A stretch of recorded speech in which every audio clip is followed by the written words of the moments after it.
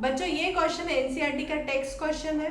इसमें हम पढ़ने वाले हैं कि कैसे मास परसेंटेज निकालना है रिजल्टेंट सॉल्यूशन का। क्वेश्चन पढ़ो पहले ध्यान से, फिर फील करो कि कैसे सॉल्व करना है। क्वेश्चन बोलता है कि एक सॉल्यूशन को बनाया है 300 और 400 ग्राम, दो सॉल्यूशन को मिक्स करके। तो यहाँ पर मैंने ले लिया 2 सॉल्यूशन, ये सॉल्यूशन 1 है, सॉल्यूशन 2 है। इसका 300 ग्राम लिया है टोटल, और इसका 400 ग्राम है टोटल। ठीक है, इसका 25% है और इसका 40% है, राइट। इन दोनों को जब हमने मिक्स किया तो इस रिजल्टेंट सॉल्यूशन का मास परसेंटेज क्या होगा। तो मास परसेंटेज के लिए मुझे क्या चाहिए, टोटल सॉल्यूट का मास कितना होगा, राइट। फिर मुझे चाहिए टोटल सॉल्यूशन का मास कितना होगा, है ना मेरे बच्चों, समझ रहे हो, इनटू 100। तो अब वो निकाल लेते हैं। तो अब सॉल्यूट का मास कैसे निकालेंगे, तो पहली कंडीशन में इसने बोला है कि 25% ऑफ 300 ग्राम।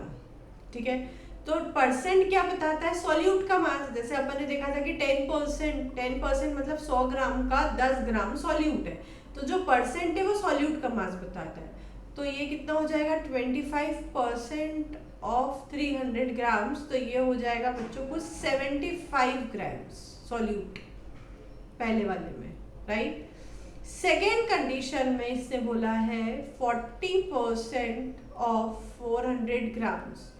तो 40% ऑफ 400 ग्राम्स कितना हो जाएगा, 40/100 इंटू 400।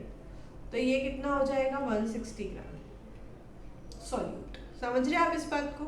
तो टोटल सॉल्यूट कितना हो गया बच्चों, टोटल सॉल्यूट हो गया आपका, फर्स्ट सॉल्यूशन से मिला 75 ग्राम और दूसरे सॉल्यूशन से मिला 160 ग्राम। तो टोटल हो गया है कितना, 5 और 7 और 6 को प्लस किया तो ये हो गया आपका 13 और 2, तो 235 ग्राम हो गया आपका सॉल्यूट।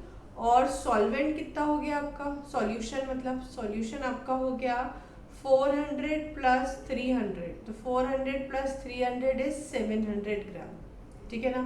तो यहाँ पर टोटल मास परसेंटेज कितना हो जाएगा आपका, टोटल सॉल्यूट का मास अपॉन सॉल्यूशन का मास इंटू 100। तो जब आप इसको सॉल्व करोगे बच्चों तो ये हो जाएगा कुछ 33.6%। ठीक है, तो ये होगा आपका आंसर। तो इस तरीके से इसको सॉल्व करना है, समझ के सॉल्व करेंगे तो ज़्यादा मजा आएगा, और इस तरीके से हम सारे क्वेश्चन सॉल्व कर लेंगे। ओके बच्चों, बाय बाय।